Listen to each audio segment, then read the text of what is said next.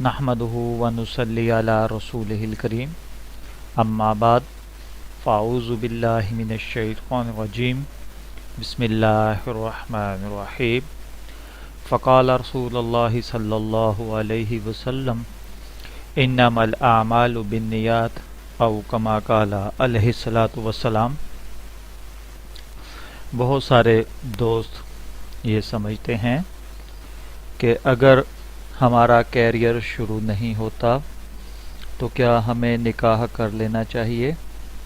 دیکھیے، متعدد روایات میں یہ نقل ہے کہ آپ صلی اللہ علیہ وآلہ وسلم نے تنگ دست لوگوں کو شادی کا مشورہ عنایت فرمایا، اور اسی طریقے سے بہت سارے دوست میرے یہ سوال بھی کرتے ہیں کہ کیا بیوی کے ساتھ نکاح کرنا، باتیں کرنا، اس کا کوئی اجر و ثواب بھی ہے؟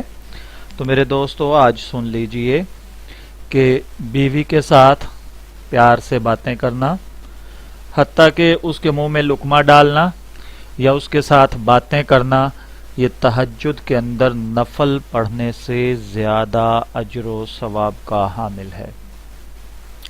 فقہائے احناف کی یہی روایت اور دلیل ہے کہ جو شخص بیوی کے نان نفقہ کی طاقت رکھتا ہو، حالت اعتدال میں بھی ہو، اس کے لیے نفلی عبادت میں مشغول رہنا، شادی کو ترک کرنا افضل نہیں ہے، بلکہ شادی کر لینا افضل ہے۔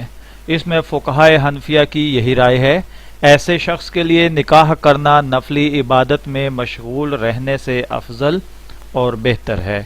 تو دیکھیے، اس سے یہ ظاہر ہوتا ہے کہ نکاح کیونکہ نصف ایمان بھی کہا گیا ہے اور بہت ساری برائیوں سے بچنے کا ذریعہ بھی ہے، تو اگر میرا کوئی مسلمان بھائی اپنی بیوی کے ساتھ پیار محبت کی باتیں کرے تو یہ نفل عبادات سے بہتر ہے۔ وما علینا الا البلاغ المبین۔